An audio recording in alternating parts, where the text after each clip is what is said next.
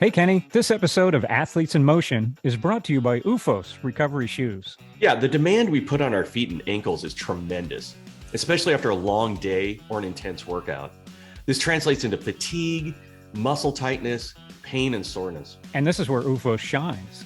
Made with proprietary OOFOam technology, OOFOS absorbs 37% more impact than traditional foam footwear materials for the perfect blend of cushion and stability. And OOFOS reduces energy exertion in the ankles by up to 47% compared to the competitor's footwear. So walking is easier, recovery is faster, and you actually feel better. Yeah, athletes like pro triathlete Matt Russell and NFL Comeback Player of the Year Alex Smith rely on OOFOS for their daily recovery. Simply put, OOFOS are the go-to shoe for your recovery needs.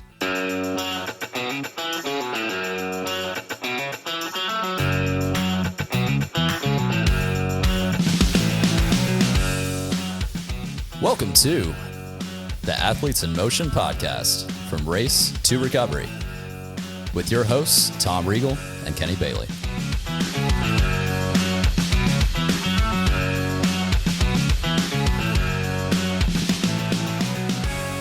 Hey, Tom, how are you? I'm fantastic. Kenny, how are you today? I am fantastic. Thank you for asking. We have Dr. Tim.White with us today from White House Athletics. Correct. Gosh, I got it right. Welcome. Thank you. Welcome. We're excited to talk to you today because we've our previous podcast, we've had lots of like athletes on, we've had coaches on. We've never had anybody that specifically looks at the psychology of sport. So Yes. Super excited about talking to you about that because I think it's becoming obvious over the last 2 years. I think Simone Biles in the Olympics is I think the example that everyone holds up about, hey, it doesn't matter how fit you are, it doesn't matter how good you are, if your mind's not there, that's it, you're done, even at the highest level. Yes. And that someone at that level has a problem, then this is something we should talk about. So we're really excited to have you on. Yes. Before we get on that topic, let's talk a little bit about you. So you've got about 7 different titles to your name. Quite the impressive CV. So love it. give us a Done a lot little of school. background on Yeah. of why sports psychology, how you started getting into sort of that field specifically. Yeah, so my career actually started in sports medicine. I was an athletic trainer for several years, and after completing my original athletic training degrees, I worked for a year, and then I went back and got my master's in sports psychology, and that's where I really kind of got started in this whole path that takes me to where I am today. And during that time, I was working with an athlete who was recovering from an ACL injury, and we started playing around with some of the mental skills and strategies that I was learning in my classes. How can we use a mental imagery technique to help you, maximize the quality of your muscle contractions as we're doing your rehab exercises? How can we use a relaxation technique to help you relax as I'm helping you stretch and go through some of the recovery activities, or even pain management? How can we use some of these different techniques and strategies to help you with that aspect of your pain experience? Because pain isn't just a physical thing. It's actually a very much a psychological experience. Sure. Yeah. And so through this process, it turned out to be a really brilliant, kind of by mistake, honestly, just trial and error, where we really figured out, hey, there's a lot of value and benefit here. And so I took that experience into the athletic training portion of my career, which was about 10, 12 years, and ultimately reached a point where I said, I want to go back and do this 100% full-time. I want to work on the mental side of sports and performance. And I knew that in order to stay in the college and professional environment, I was going to need more of a clinical mental health background. So I went back, and that's where I did my PhD and kind of balanced out my education and training so that I could address not only sports performance, but also mental health. And that ultimately led to where I am today, working in a private practice, building up a business, and training elite level athletes mentally, but also helping them address their mental health.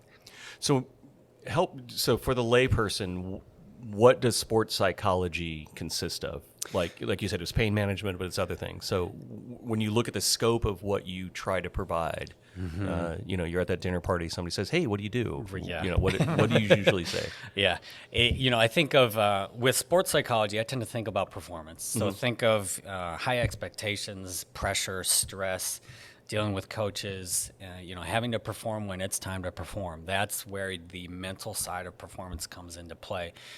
So being able to stay focused on what you need to stay focused on or concentrate when you got a million other things around you, including fans and parents and coaches all screaming and yelling to do this and do that. And, you know, I got little kids in Little League. It's nuts. Yeah. It's a nutshell, you know, let alone college and, Yeah. and professional where you got 50,000 people in the stands. Yeah. So sports psychology tends to be very performance oriented.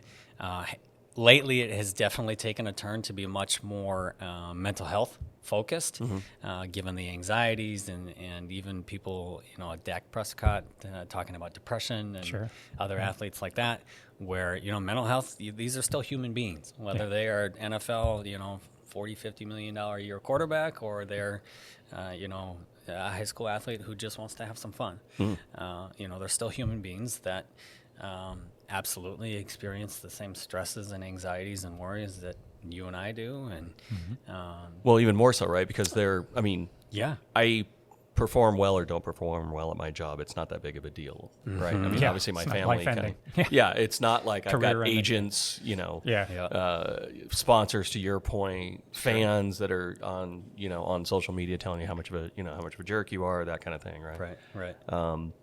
When an athlete comes to you, what would be your range of athletes? Is it high school athletes to professional athletes, or what do you? Yeah, high school, college, all the way up to people who have competed in the Olympics and even some professional athletes as well. So I'm trying to focus a little bit more on the elite level athletes, but you know, interestingly, I get a fair amount of, you know, high schoolers and interestingly even a couple middle schoolers. Now, why is that, you think? Is it because the pressures are becoming more? I think so. I think the way sport has kind of changed, and you know, just listening to some of these people talk, the way that they're having tryouts, you know, 9-10 months in advance of the actual season, and the way, honestly, youth sport has kind of become professionalized. It's their development starts super early. Yeah. It's crazy. Yeah. So, yeah, you know, the expectations that are on a kid. Yep. And as my kids get into sports, it's really interesting to watch and see the different coaching styles and how much are certain coaches actually teaching and helping a child learn how to play, and how much is a coach just worried about what's on the scoreboard. Yeah. And it's really interesting to see that when, you know, you're talking about 6, 7, 8, 9, 10-year-old kids. Yep. It becomes a little bit of a challenge for me, to be totally honest, because knowing what I know, I can like watch and look, and I have to. Hey, coach, you may want. That's an back to interesting your problem job, you right? have, right? Yeah. It's sort of like I I have always to wonder. relax It's like a when little bit. PTs watch people run wrong. Yeah, Do they yeah. like internally scream when they see Yeah. that? Like, please don't run that way, or you're going to come see me. We joke about meeting a psychologist at a party or something like that. Yeah. Are you judging me? Yeah. Are you judging me right Yeah, now? Oh, I totally totally put you in the bucket. You're that the right. Rorschach test, right? it's- We've done that already. Yeah. So, yeah. So when it comes to when do they come see you? I mean, clearly they're not coming when they're feeling great, right? I mean, when do you see sort of, when do they start knocking on your door? At what point? Is it like, did they have a trigger event, or is it something where it just becomes overwhelming, or how is that? It's a pretty broad spectrum. It's kind of across the board. Maybe it's a drop in performance, or maybe it's a dip in their kind of general mood and demeanor. Other athletes, you know, some of them are a little more proactive, but oftentimes it's connected to, you know, I get into some sort of downward spiral. I make a mistake and I can't get out of my head, and I make another mistake, and now I'm worried about that, and I'm worried about that. And, you know, 3-4 points later, they're still thinking about the error they made Sure, yeah. 5 Yeah, minutes yeah, ago, yeah, or whatever yeah. the case may be. Yeah. So it's usually over time they notice some sort of trend or pattern Mm-hmm. about how they play and how their mind contributes to their performance. Okay. And they're trying to figure out, how can I either minimize some sort of challenge, or how can I enhance my mental game so that I don't go down that downward spiral in the first place.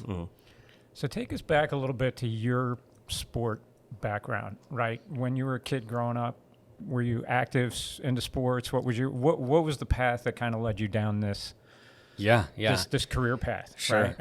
How did you start? Right. Right. I played pretty much everything. I'm not Yeah. a very big guy, but I did a couple years of football. I played basketball. Figured out real quick that a 5'6" guy isn't going to. It's not working. Unless you have a really good outside game. Right? Yeah, yeah, yeah. Not exactly Muggsy Bogues, right? Yeah.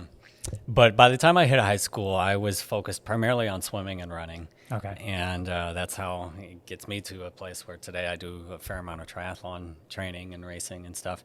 But the thing that was really interesting that really kind of started my journey down this path is as a kid, I would watch college football on a Saturday, and there'd be a team that's down 21-7 or something like that, 21-3, and they would come back and win. And that always fascinated me to that. How are you down by 15, 18, 20 points and you come back and win? Or on the flip side, how are you the team that's up by that much and you give up the L? Yeah. So it just fascinated me. And then when I got into my own athletic career as a high schooler, I was a very mental athlete. When I was on, and when I wasn't, I wasn't. Yeah. And I put a lot of pressure on myself, very high expectations. Took me a while to realize that I wasn't always going to get a personal best time every single time I raced. And I didn't like that. Right, yeah. I liked achievement. I liked improvement. Yeah. And so, if sports psychology would have been a little more prominent 20 years ago, I definitely could have benefited. Yeah. So I bet you're dying to talk to Matt Ryan. Yeah. I was going to just Losing say that Super Bowl. 28 to 3? Yeah. Just as a Pats fan sitting over there watching. Always remember that game. Everybody remembers that game. Yeah. Yes. So help us through the process. So someone comes to see you. What does that look like? So, first off, are there particular sports that you see more than other sports? Are there sports that are there team-oriented sports that tend to come see you? Are there individual sports which one has more of a mental kind of challenge, I guess? Yeah, it really is a pretty broad variety. I think in terms of any trends that I see, I think it's really just based on what's kind of most popular around here. I feel like soccer and baseball are really popular around the Nashville area. But, you go to, I was in Memphis previously, and I would see a fair amount of basketball athletes in that area because it's just a little more popular there. I grew up in Minnesota, so, any connections I have up there, I'm connected to, hockey players or, Got it. Of course, football is big pretty much anywhere you go. So I don't really see any, like, one sport over the other. But there's a theme that goes through that whole thing, right? I mean, on most of them, it's like I'm getting the yips. Is that a good term? Yeah. The yips is like the layman's term. Sure. That's yips us. is going to come up more in your baseball, golf, Yeah. type of sports. I've definitely worked with some athletes there.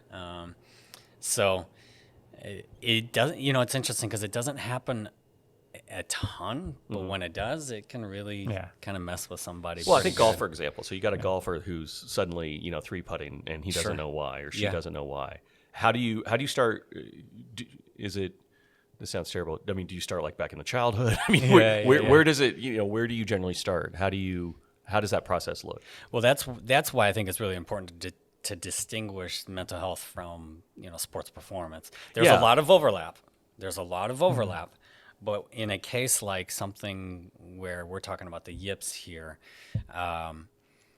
that is often more performance oriented. And so what we're doing is we're breaking down the skill and going back through and incorporating movement. That's one thing that I think I try to do and try and kind of not necessarily, I mean, it sets me apart from other clinicians, but I don't do it because of that. I do it because that's what helps people is be very active in what we're doing. So we're not just sitting in a chair and talking for an hour. I will take that baseball player or that softball player and we'll go out on the field and we will literally break down the process of throwing from third base to first base into the most basic concepts and help them rebuild this skill.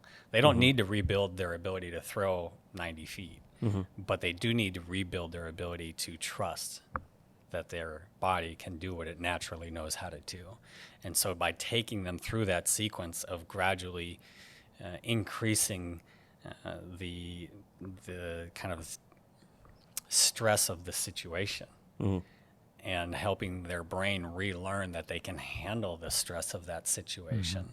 That's how you're going to overcome something like the yips. Yeah, trusting your body knows the motions and knows the technique to just let the mind turn off and let the wiring happen. Exactly. You're getting back to the automaticity of the skill. Okay. As opposed to, because what happens with the yips is somebody suddenly starts thinking about something that their body automatically knows how to do. I see. Yeah. And so we're helping basically kind of turn the brain off and let them get back to that automatic method of Got it. performing. Okay. It's sort of like what the Ted Lasso one, the famous one, where he's like, be the butterfly, right? The butterfly doesn't remember anything Right. 30 Yeah. seconds after, sort of be the butterfly. Be the Yeah. butterfly. It's a fascinating, I'm glad that you separated the two between mental health and sort of performance-based, right? What percentage do you see of people that are dealing with mental health versus performance? And I know that you may not be able to separate the two. Sure. But on your initial kind of assessment, when someone comes in saying, hey, I'm having a problem with this, is it generally, do they start with I'm having a problem with performance, or do they generally say I'm having a problem with just the bigness of it all? Yeah. I would say it's probably about 50-50. Okay. I get some people that contact me and just they'll flat out lay out a story of depression or anxiety or, OCD or something like that. And part of why they are pursuing me as a clinician is because of my sports background. Yes, I have depression and I'm a football player or I'm a basketball player or whatever sport they may play. And they appreciate the fact that I will understand their life and their experience. On the other side of things, it is more of that performance piece where it's, I get up to the plate and I struggle with A, B, and C. And next thing I know, I'm back in the dugout instead of on first base. Got it. Yeah. And so there's a lot of just diving into what is the concern and how can I use the different training and background that I have to help them, whether it's mental health, sports performance, or something else. On the mental health side, I'm curious on this one because I feel like if you look at triathletes, for example, right, we're all sort of experienced in that. They, by definition, they're probably type A personality people that tend to have some level of OCD. Sure. And to a certain degree, if you look at like Lionel Sanders or other people, they've had a drug problem or an alcohol problem in the past, and now they just switch to, switch to this as their Just drug switch of choice, right? Their addiction over. There must be, I think, how you approach an athlete or how you approach that type of person that is striving to do well versus the average bear, people just trying to get through life. I mean, these guys are trying to get through life too, but is there a particular way that you have to approach that, knowing that this isn't just, hey, I'm trying to get mentally healthy. I have to be, again, continue to be not aggressive or assertive, or I have to continue to lean in. I can't allow myself to take that edge off. How do you walk that line? Yeah, it's a very fine line to walk, and it can be challenging. There's definitely, when we think about kind of not only mental health, but even the mental side of performance, there's so much emphasis given to, mental toughness or exactly. Right. mentally strong or anything like that. Yeah. But if we zoom out a little bit and we think about like fitness, physically, I do a lot of comparisons between physical and mental. Physical fitness isn't just cardiovascular, muscular strength. It also includes flexibility and mobility. And so I often present the same concept psychologically, where, there is that grit and tenacity that somebody can have and develop, but there's also the ability to be psychologically flexible and to adapt and adjust to the situation that you're facing, and recognize that although I'm in an uncomfortable situation or something that isn't necessarily ideal, I can still make a decision about what I do next. And I can still take action in a way that fits with what I find meaningful and important in my life. And by providing them some of that adaptability and flexibility, it actually kind of supports that concept of kind of greater strength, and really helps them balance that aspect. So what are some life. examples of that? Is it hey, it looks like it's going to be second place? Like if they're a triathlete, as an example, right? To your point, they have a physical thing. You said your calf hurt, right? I mean, is it one of those where they just have to go, look, it's time to turn down, they gut it out, and it's time to kind of figure out what's the best I can do with the ability or what I have in front of me. Would that be a good example? Yeah, because there can be a lot of if I don't win, then it's kind of black and white, win or nothing type of thing, and at the end of the day, you only have so much influence over where you place. Yeah. And if something like effort and dedication and things like that are important and meaningful to you, then you can consciously make that decision during the race where, I may not win, but I do value giving my best. I do value, striving for a certain time or whatever the case may be. And I'm willing to still push my body forward in the name of getting the best time I can possibly get. Yeah.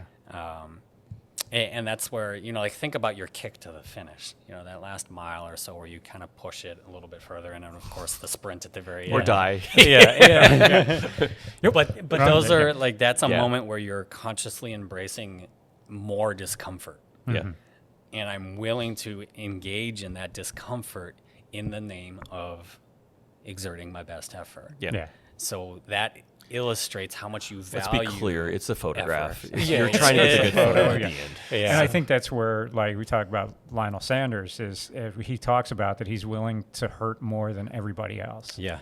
He puts himself so deep that he's willing to push that through and get through that pain to go harder than you. Yes. If you think you can go as hard as him, you can't, because he will go harder. Yeah. Prefontaine did that, right? Way back when, right? Same thing. Prefontaine's like, you're going to beat me, but you're not going to beat me at I'm going to basically kill myself to before you beat me. You're not going to be able to go as far. Has that? I mean, that.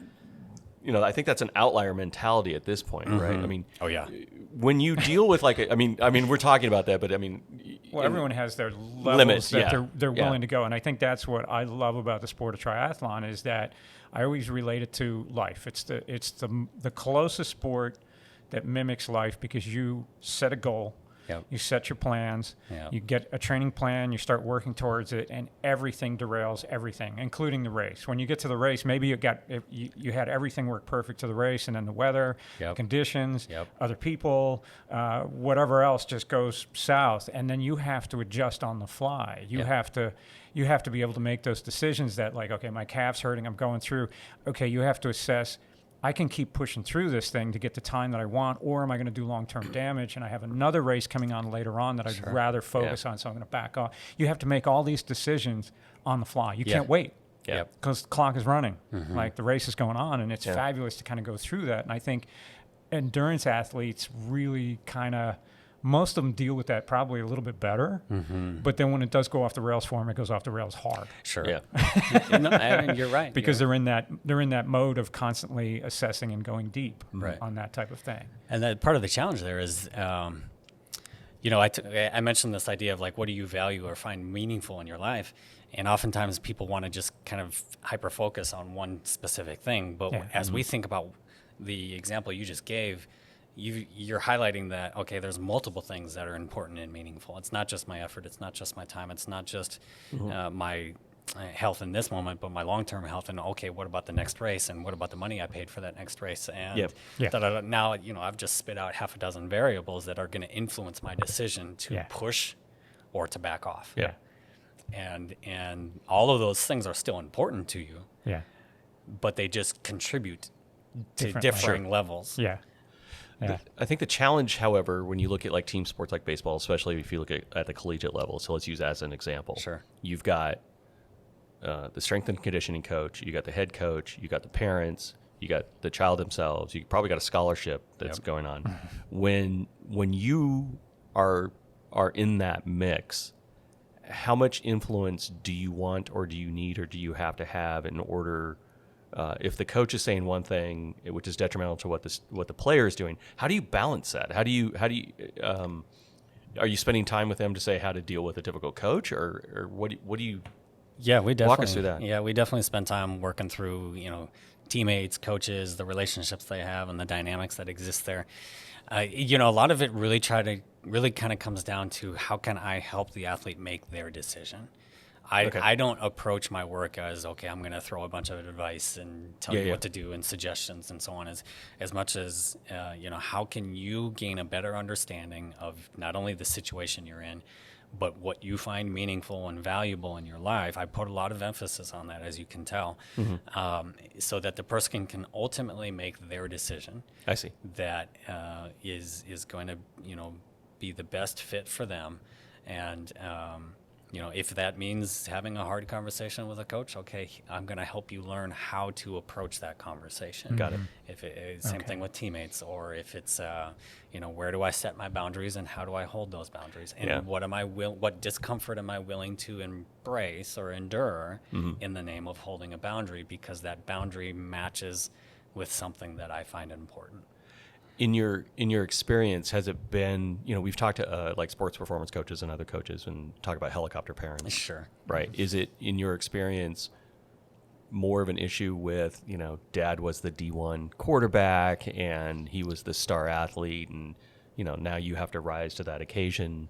And, when they did it to, we would get stingers and concussions, that's just part of the game kind of stuff.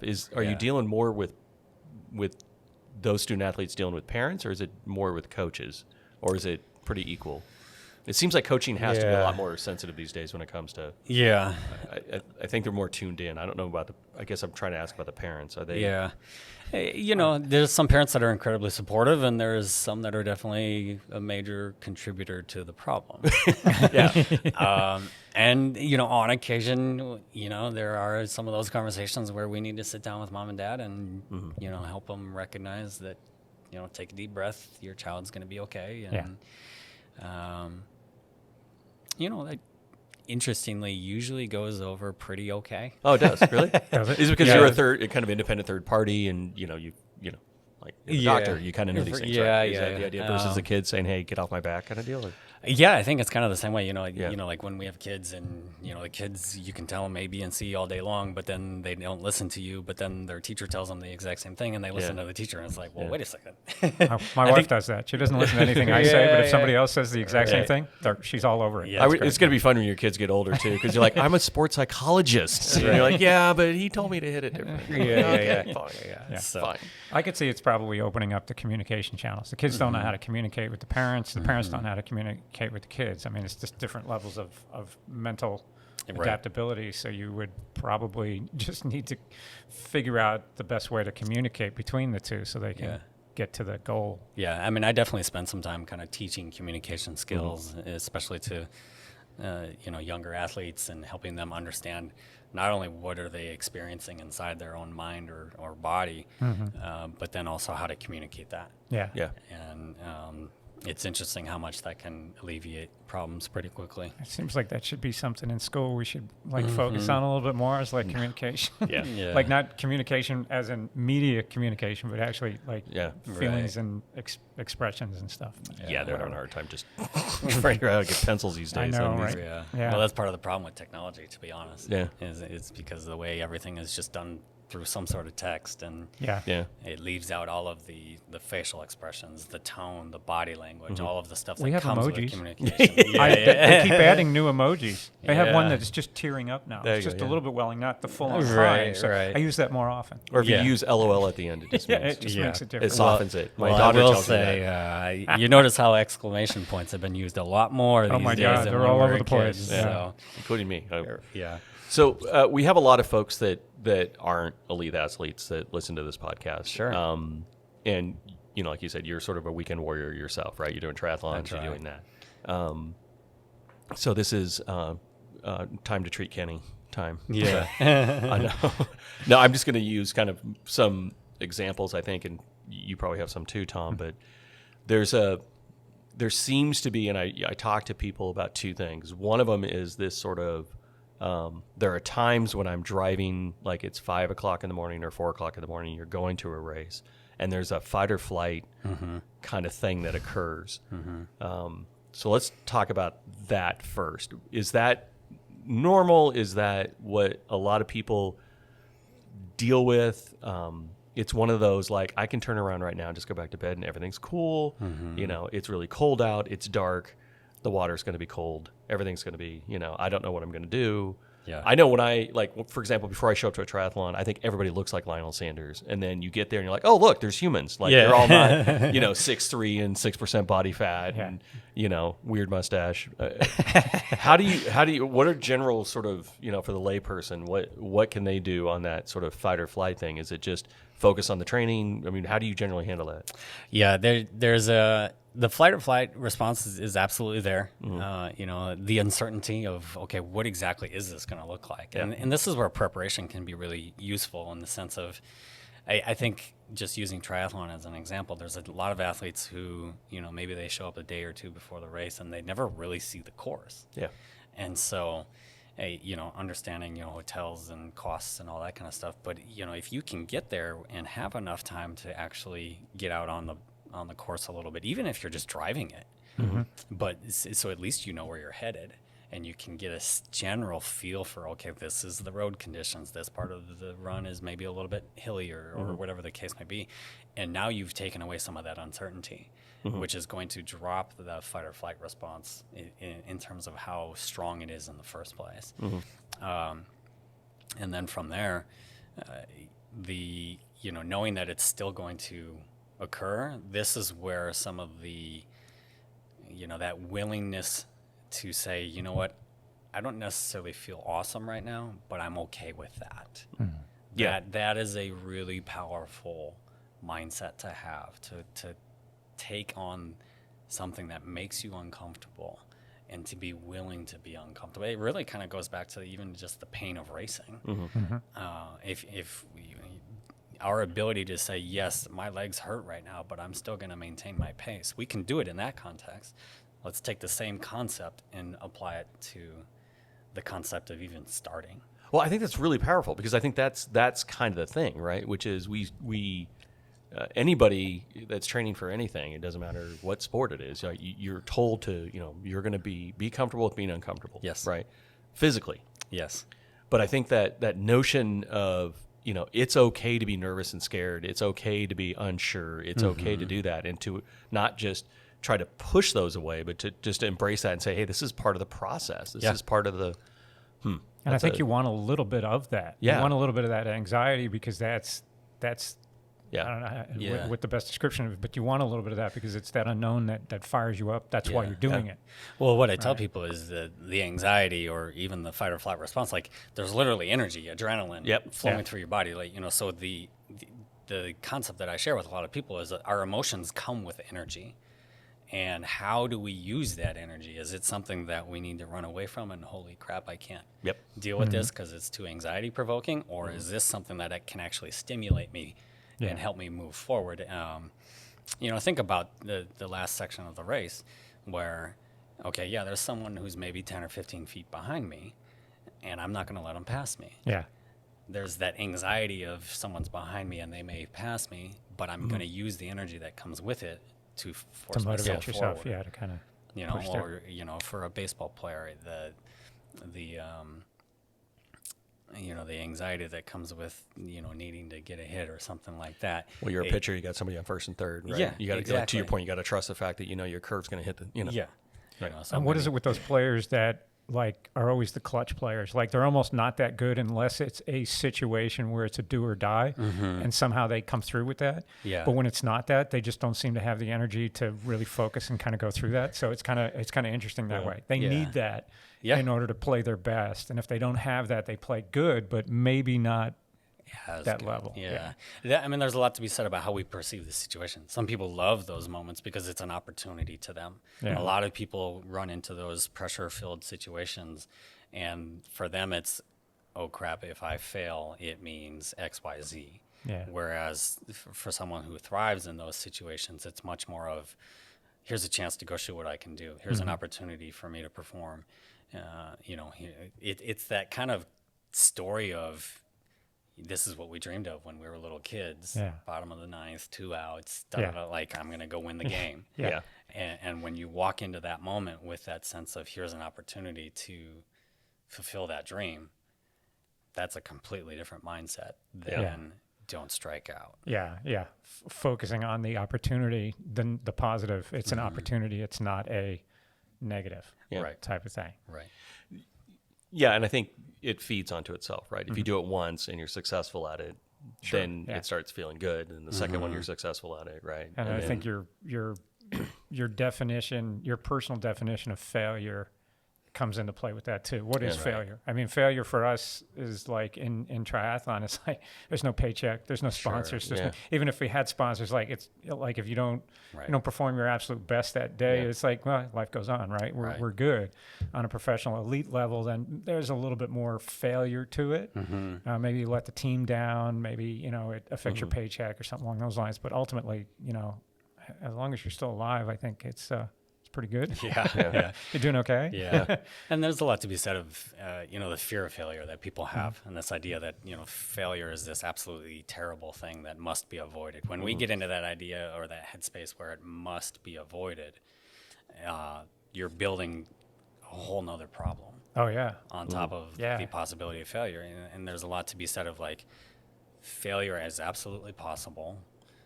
And, in a sport, I'll just kind of go back to baseball. Like it's actually probable. Yeah. You're gonna Well, get it's out. more probable you're going to strike out than you are going to hit. 2 out of 3, 3 out of 4 times, you're going to be going back to the dugout. Yeah. Like, and the more we're able to work with that reality and recognize, yes, it's not only possible, it's probable, and I'm willing to work with that and still take on that challenge. And still take, yeah.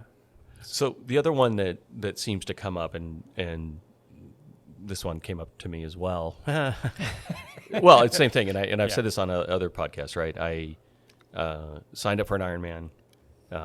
Training didn't go well all year. It was sort of like needed to get 3,000 in the water, and I got 2,000. I said, "Oh, during race day, I know I can do that." Right? Yeah. Literally had my wetsuit on at the beginning of the race, and I said, I can't do this.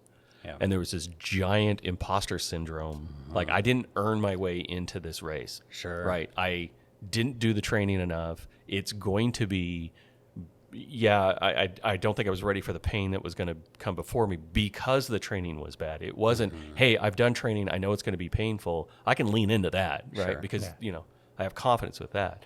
There's this sort of imposter syndrome that is, even at the elite level, I would assume that happens as well. Is that something that is also you deal with? Yeah. It's surprisingly more common than you would think. In what way? Most people experience it. Okay. Even I mean, maybe like your high schoolers and such, where there's so many people competing and like, okay, I'm one of the top high school athletes, so I'm not as concerned about it. But when you get into college and professional and even Olympic level athletes and such, hey, that definitely comes up quite a bit. Hey, back when I was doing athletic training, and that first day where we would do physicals, and the freshmen would come in to that first year of training camp, and you could just see it and feel it and sense this, like, oh my gosh, I don't know if I am. Yeah, really they look supposed at to be here. a senior, and they look at their freshman, and they're looking at the body definition. They're like, oh my god. The amazing thing about it was that you would see some of these freshmen come in, and back to that idea of that anxiety and that worry. Some of them would knock it out of the gym, or out off the field or whatever sport it was, where the anxiety that they had about, do I really belong here, fueled them, and they, and in a lot of ways they would outperform some of the upperclassmen. And then once they kind of realized, okay, like I can hold my own and I actually do belong here, suddenly, they would kind of come back to earth a little bit. But, the same thing at the pro level or again, the Olympics, because you're exactly like you're saying, you're looking around and you're saying, okay, there's that guy. Oh, there's that guy. Yeah. And you've seen what they've done over the years, and we need to remind ourselves, like, and that's still a human being. Like, they're not a god. They're not, okay, they're on a bit of a pedestal, but the pedestal maybe is here instead of up here. Yeah. Well, it seems like first-year pro players, like hockey, like you said, you dealt with hockey players. Yeah. I mean, first-year football players, they always say that the speed of the game is completely different, right? Because I'm sorry, but if you're, SEC football, if you're like Alabama, for example, I mean, 8 of those guys are already NFL level players, right? And so they're the best in that region. I know I'm probably pissing off Georgia fans, I'm pissing off a lot of people. But as an example, right, you get those elite folks that come in, and then you get to the pro level, and you're slow compared to what these guys are doing. I mean, you're going to have a few standouts, but do you see those people that, I mean, are those the kind of people you also kind of see when they go into first time into hockey and they see the actual speed of, now I've got, I'm 20, 21. Well, hockey's even younger than that, right? Yeah. And they're like 32-year-old guys that are just, like you said, been at this for 15 years plus. And I mean, they do this in their sleep. Yeah. Well, let me ask, I guess the question I'm asking is, we had Stacy on here, who's a sports and performance coach, and he was telling us that you can tell that sort of 0.5% elite athlete. And he was talking about it from a physical standpoint. Like, you can tell. Yeah. Right. Yeah. That these people are committed to it. And we were talking a little bit about, parents and pressure and, how do you make sure to keep a kid balanced, that kind of deal. When people come see you, do you know, like, this person doesn't have the mental fortitude to be able to do this? Or, I mean, can you tell that? Is that... You can tell where they are in the development of their mental skills. Okay. And I think that's a really important point to highlight, is that, a lot of times people walk into sports and they think about mentally tough and things like that. And they assume that either you have it or you don't. Yeah. First of all, that's not true. Secondly, these are skills and strategies that we're developing the same way you develop your strengths, the same way you develop the curveball, the same way you develop your, you kick to the upper corner, or your slap shot, or whatever your skill set may be. You're developing and training your mind to do the different things that we're trying to achieve, whether it's focusing on a specific element of the ball, or whether it's your ability to eliminate distractions, your ability to elevate or bring down the level of energy and adrenaline that's flowing through your body. That's all stuff that you can literally modify and adjust through mental skills and strategies. I didn't think about that as controlling your level, throttling it. Is that what they mean by when they're slowing the game down? Is that an example? Well, I think in that instance, what's happening is their ability to process information is getting better. Okay. And so when you think about, diagnosing a play as a defensive player on a football field or whatever, your ability to take in information, filter what is important and what's not, and make a decision about what you are going to do next based on that information. That's a mental process that when they first get there, their mental process occurs at this speed. Yeah. But as they settle in and get used to the game, what's happening is that their ability to process information is actually getting faster. Sure. And then confidence gets better. And calm a little bit down a little bit. You trusting your abilities and recognizing, okay, I can do this. And it goes back to some of that imposter syndrome. And okay, I can handle my own. Have you had an instance where you had to tell one of your clients, hey, you're not going to make it? You're not going to make it. I have had that conversation. Don't quit your day job. What was that? I mean, why? I mean, obviously not in a lot of detail, but what was that like? Was it just sort of like? It was. There's more of a. If anything, it's more of a. You're not going to get to where you think you're going based on what you're currently doing. It wasn't so much you have zero ability. No, everybody's got ability, but it's ability to perform at a level versus where you are now and where you're trying to go. I know enough to know what needs to happen to get there, and what you're currently doing is insufficient. It's a nice way of putting it. Yeah. Maybe want to brush up on your resume. Right. I've had to have that conversation a couple times. Yeah. So let's take it back to a macro level. I think there's an interesting phenomenon that's occurring, right? And we talked about before we got on is around, Venus Williams, Simone Biles, Tom Brady's talking about mental health. People are talking. Michaela Schifrin. Yeah. What? I think we've assumed that everybody, I just watch track and field, or you watch, swimming events. You think everybody's just robots at some point in time, right? They go out, they perform what they do. If they don't win, they're disappointed, but they, okay, well, need to do better next time, kind of deal. There is definitely what was it that, in your opinion, over the last few years, that finally cracked open that these are actual human beings that no, we can't just walk out and smack a ball, a tennis ball like we every time, and it's perfect every time, and if we fail, we're okay with that. Yeah. When did it become? Was it because of? Is it the societal thing that really took it over the edge? Was it the internet that took it over the edge? What do you think? What do you think caused that to finally say, "Hey, enough is enough"? I think there's a. Is there a book? There really isn't, one thing for sure. Yeah. I think it's a combination of variables. I think there's definitely the way in which athletes are much more empowered these days. If you think about, 40, 50 years ago, before the age of free agency, you were drafted to a team, and that's essentially where you played for your career. So the ability to, make decisions about where I want to play and how much money am I going to demand and things of that nature,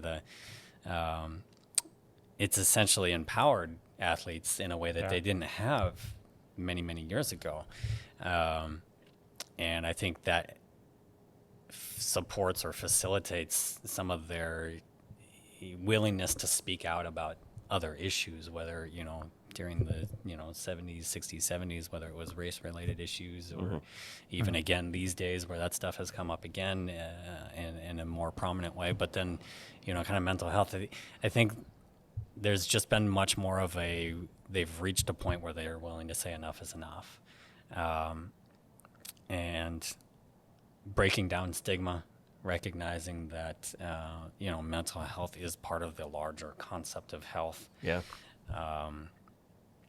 And our willingness to start talking about it, and certainly having higher profile athletes come out and talk about it. That certainly helps. Yeah. Do you think the change in coaching styles, we're learning more about performance, that's been changing the way coaches actually coach, right? Instead of the just buck up and do it, I don't care if your leg's broken, keep running type old school scream, yell type thing, that now the coaching model has changed a little bit, and that's kind of you're dialing more into the mental side of it, so maybe that's bringing a little bit more, because coaching has to change, and it's slowly changing. Unfortunately, on the lower levels, it's not changing fast enough as far as I'm concerned. I don't have kids, but from the things that I hear and been reading through, that's a huge thing, and maybe this is bringing that to the forefront. Yeah, I think there's definitely an element of, a lot of these coaches went through that old school stuff when they were kids, and they don't want to.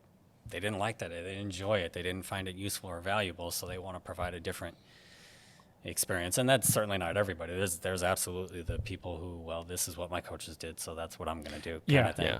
But there are enough people getting into coaching who are, conscious enough to adjust and use their style instead of just copying what they went through. Yeah. And the way you kind of bring up basically sports science and the way that we're getting so technical with the ways in which we can advance training and maximize what the body is capable of doing, we're recognizing that the mental piece has to be considered as well. It's huge. So that's definitely making a big impact as well. Yeah. So a couple takeaways for our audience. What would be kind of a couple of juicy nuggets when it comes to sort of, like I said, weekend warriors? What would you recommend to those guys, those folks that are out there that are trying to, push a little bit, get better? We had a bodybuilder that was in here a little while ago. He's in his 40s pushing, Sure. That's a whole nother game, right? Man. Right. Any kind of pearls of wisdom you want to throw out? Yeah, I'll go back to something we brought up earlier is, get comfortable being uncomfortable. Yeah. And I know it's a little bit of a cliche, but the ways in which we can experience discomfort and be okay with that is really, really important, not only in terms of sports performance, but I would even put that out there in terms of everyday life. I think COVID has really highlighted how scared we are of discomfort. It's we're all about comfort. Everything we sell on TV, everything you take a pill for it. If it hurts or if it's this, take a pill for it. Do this. Get a comfortable couch. Why don't you lay down? Why are you standing? All of that goes to comfort. Can someone explain to me, however, the most comfortable thing we did was hoard toilet paper? Yes. Why that? Right? Like of all the things to seriously, when it gets down to it, I guess basic, Pavlov's, hierarchy of needs. Sure. Food, clothing, shelter, toilet paper. paper. Yeah. Hoard that first. I don't know why, but But know. I mean, it's just and there's nothing wrong with comfort. Yeah. But it's our obsession with comfort. Yeah. And our unwillingness to experience discomfort.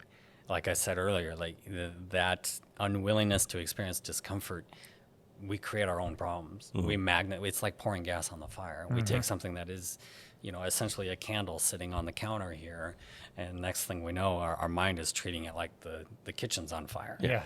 A raging Well, I mean, we bonfire. have the most obese society in the world, right? that And it's doesn't because help. we like comfort and convenience. Yeah. And uncomfortable is not fun. So, Right. I'd rather do that. Yeah. It's ridiculous.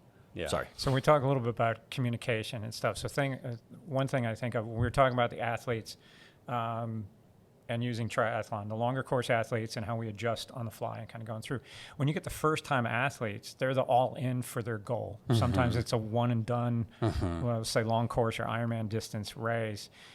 How can they deal with that a little bit better? Especially I see a lot like working with athletes that it becomes very stressful for the family because they become so narrow focused on this one big goal, and it's a big goal. I mean, it's hard. Oh, yeah. And to get to that point, what are ways that they can adjust, maybe open up the communication or open that up a little bit to see the effort that they're putting in, but also what their family has to go on? Is there techniques or things that they can run through in their head that, like, maybe they can see a bigger picture instead of zoning completely in on themselves and their training? Yeah.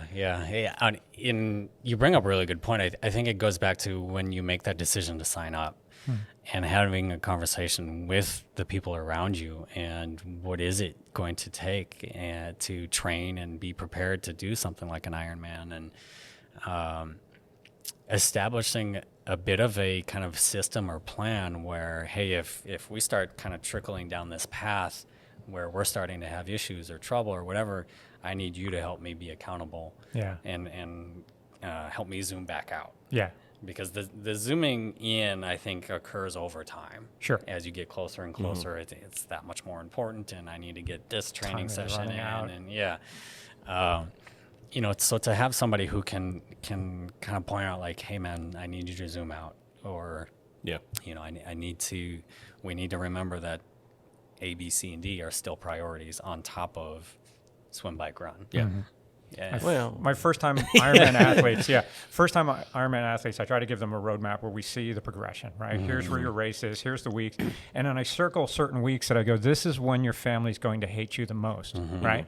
So you need to be aware of the fact that you're being kind of an ass, Yeah. right? And you're going to be hangry and you're going to be tired, but you still need to give them their time. Yep. Yeah. And I try to really work them through that, only because I did that. On my first, I've been doing this for almost 20 years, but I've only done like 4 Ironman distance races. The first one that I did, I get it. I look back and I went, yeah, I was pretty all about me, Yeah, right? yeah, you know, yeah. and it was like, because we're getting through this goal and any injuries. And so I kind of get that. And I get a lot of people that ask me now is like, well, how did you deal with that? How does your wife deal with that? She's super, super supportive. And I think after that, I got better at recognizing what she's doing and making sure that, like, she's home by herself on the weekend because I'm out doing a 6-hour bike ride. Sure. And then I come back destroyed. I just want to eat. And I just want to lay there, Yeah. right? Well, I can't Yeah. do that anymore, right? I come back, I eat more, and then as long as she's feeding me, we go wherever she wants to go. We take hikes, we go wherever. I'm just hanging on, and I just go, suck it up, because this is what you have to do in order to have that balance. So that's, always looking for tips and tricks that we can give the athletes to be more aware of the situation, I guess. Yeah. Yeah. And The social situation. yeah. And in a way, it kind of takes me back to that concept of what do I value and find important. Yeah. How important and meaningful is my marriage? What's your why? How much do I value Yeah. the other person in my life, or if you have children and things that and so what am I willing to do in the name of ensuring that they don't feel forgotten and left out while I go through this process? But it's been normalized though too, right? Because everyone jokes about having an Ironman widow, Yeah. right? Mhm. And Oh, yeah. I even saw a poster that was like, if you're still married, then you haven't trained hard enough, Yeah. right? That's And the it's- running jokes, Yeah, those are the running jokes, and we Yeah. sort of normalize that to the point. But you've got a very good point. It's not the 3-hour bike ride that gets you. Yeah. My spouse is okay with the 3-hour bike ride. It's the 2 hours afterwards, or I'm laying like a lump, trying yeah. to figure out how to get my legs to work, and then I want to take a nap, and then I want to eat, and then she's like, "You want to take the dogs for a walk?" I'm like, "Hell no, I don't want to take the dogs for a walk." Like, That's the second half of your brick, exactly. man. I'm like, Yeah, it was totally. like 95 degrees out. I Yeah. don't want to go out in that again. Like that Oh, sucked. by the way, something needs to be done, fixed in the kitchen. Yeah, let's so I'm getting a hold of a get the rest handyman service going, Yeah, I'm okay. I'm not too proud for that. Yeah. So, yeah, I think that's a really good point is even with elite athletes, I think there's we see, I see kids coming in, high school kids that would come in, especially we had a NYBA in here, and we're talking top 10 in the nation athletes, right? Basketball kids, 15 years old. It's not them that are coming. It's them, their mom, their grandmother. Yeah. I mean, it's a whole family that's supporting that. And maybe that goes back to that pressure thing. Dro Webb was here, and he said the only two ways to get out of his city was either you're going to rap or you're going to play football. Yeah. And his dream was to get his mom a house, and he didn't make the NFL. So, And he said he couldn't rap. yeah, just but kinda- the that's problem just not was happening. Yeah. he fundamentally felt disappointed. Yeah. Like I could not. He failed his mom. He failed his mom, Okay. and that's that's terrible, right? I mean, Yeah. I'm assuming that's the kind of pressure that you're dealing with. This isn't, like I said, this isn't just your, hey, I'm having a problem at work. It's like I've got my family spent the last 15 years doing nothing but making sure I get propped up. Right. I'm assuming that's a lot of pressure on certain people. Yeah, what do you recommend when they try to handle that? I mean, do you just again go back to you do what you can do and that's the best you can do kind of deal, or? Well, there's a lot to be said about having people you can talk to, especially one of the huge benefits to my position is I'm a neutral party. Yeah. And so having people that you can talk to and express and get all that off your chest and out of your head type of thing. There's certainly going to be friends and maybe even some teammates and so on that can relate and understand. Yeah. But having that trusted person that, Having that if I circle, need to kind of piss and moan about my mom for a minute, as Yeah, much yeah. as I love her and want to buy her a house, like I need to piss and moan about my mom for a minute and know that it's not going to be something that turns into a whole nother, Yeah. issue. So there's definitely a good amount of that as You well. look at like Peter Sagan, like one of the most prolific cyclists out there, right? When Peter goes to another team or something, it goes with Team Peter. His brother has to go to the team with him. He has two other trusted friends that ride professionally, and the group goes. So if he moves to another team, you have to accept all of them. Yeah, mechanic. Right? So it's, coach. it's his people that goes with him. He created Team Peter back when he was much, much younger. Yeah. And he's navigated like tremendous success because he has that trusted group around him. Even the individual sports, I think, are key to your group surrounding your sounding And LeBron board. did the same thing, right? Totally. He had trusted people that he took with him, right? And now they're all doing okay for themselves. Yeah. Sure. And as much as that benefits people, it also kind of brings back the point of that psychological flexibility and recognizing, okay, there's more than one physical therapist in the world. There's more than one. You got to find the right one for you, right? Yeah, you can develop a trusting and confidential relationship with all kinds. Like at some point in time, that relationship was not your person to go to and lay it all out there. Yeah. Now, when you have those people and you can bring them with you and you have that luxury, of course. I would too. But also recognizing that it's not make or break. You know, you have opportunities to build new relationships, to find new professionals, to modify your support system and the network that's around you. We don't always like to go back through that process. But you have to, if they can take you to a certain level and you're moving on to the next level and they're holding you back, you have to be able to recognize that as well, right? So that's your next team that moves up with you. And you've developed the relationships at a higher level, right? You don't need to neglect the other ones, but you basically bring in a little more expertise that helps you on the next round. I mean, it's kind of like how teams, pull players in and out. Oh yeah. This player is going to help us be better in this aspect of the game, and sorry, we got to let this guy go in order to accommodate the new guy. So dumb question, but are some of your clients coaches? And why not? Yeah. No, I mean seriously, that's all the people, athletes are transactional to a certain extent, right? Especially college kids, they come in and out every 4 years, right? it'd be fascinating to see if like, That's do you a- want to talk to a coach? Would that be somebody to be like, Yeah, it's a space where I think it's a little bit of an untapped area. Yeah. look, I only take 10% off the top. Right. It's a modest fee. And it's not even necessarily, oh, here's how you stay calm under pressure, although that would be very important. Yeah. If you call in a timeout when you Yeah. don't need to, or Yeah. we talk about clock management. Yep. In a sport like football or Yeah. basketball or whatever,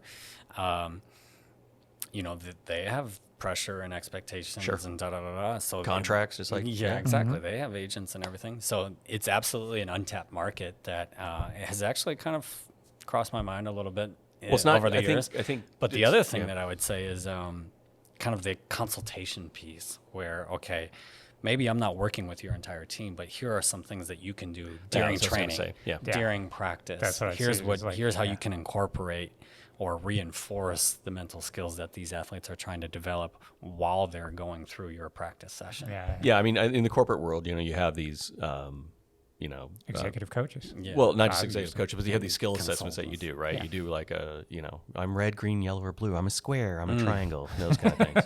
I love them. Yeah. I hate those, and the only reason why I hate them is because people like to put people into defined areas, Yeah. and it's like, oh, see, you're being a square now. I'm like, fuck off.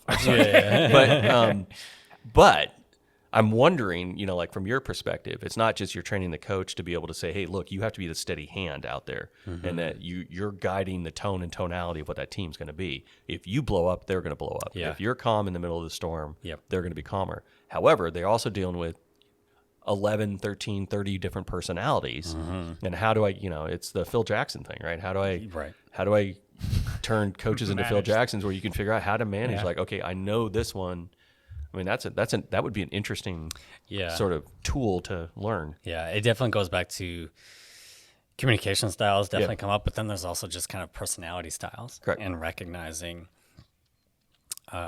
strengths and weaknesses probably isn't the best way to put it, but when person A has personality 1, these are things that are going to trigger them. These are things that are going to stimulate them. These are things that you can do to help bring out some of that effort and that motivation. And that's a big part of coaching that I think gets underestimated quite a bit, is that element of motivation. Correct. And how do I get somebody to do something they don't want to do, especially when it hurts? And being able to recognize, okay, this is the type of athlete I'm working with, and here's how I can push them or pull them. Correct.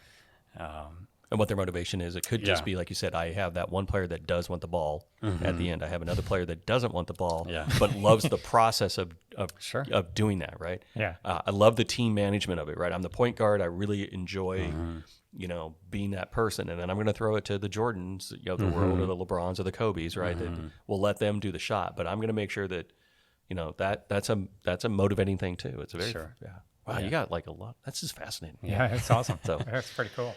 So how do people get a hold of you? Are you on socials, or what's your website? How do we'll post all this stuff up as well. Right. Yeah, so my website is whitehouseathletics.com. Okay. Email address is tim.white at whitehouseathletics.com. Phone numbers and contact information are on the website. Socials, we're on Facebook. We're building out and we're actually in the process of redoing our website. The URL will stay the same, but with the new website will come additional social media and resources that You way. on TikTok? You go on TikTok?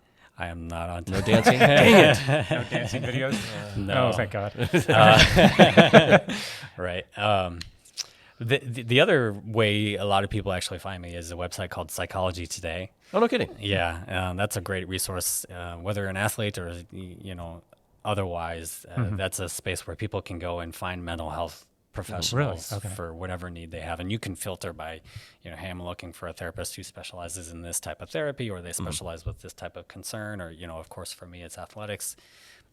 So it's actually a pretty useful tool, and I do get a fair amount of people that find me that way. Okay. What if you were what types of people do you want to call you? And is it sport specific? Most of my work is with athletes, higher end, high school athletes, college athletes, pros. Okay. That's my niche. I also spend a fair amount of time with injured athletes. Going back to the sports medicine portion of my career, I have a very unique understanding of the injury process, especially the mental side of recovering, and the stress and worry and frustration that an athlete goes through.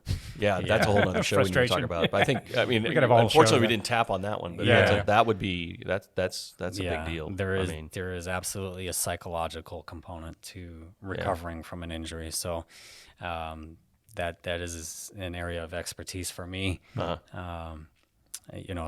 again, healthy or otherwise, athletes is my space. Okay. Great. Cool. Well, thank you so much for being on. We Yeah. learned a lot. This was fantastic. Yeah, So we we'll have to really do it appreciate again. you. Yeah, for sure. Maybe we'll do one specifically on injury psychology. I mean, because we get a lot of injuries ourselves. I'm imagining. Yeah. And all that. So really appreciate you being here.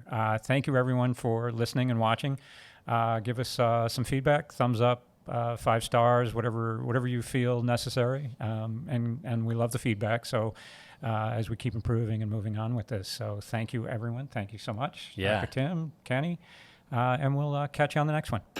This episode was brought to you by UFOS Recovery Shoes. Hey, if you haven't had a chance to experience UFOS recovery shoes for yourself, you're missing out on how great your feet can actually feel. Just click on the link in the bio and get your pair of UFOS today.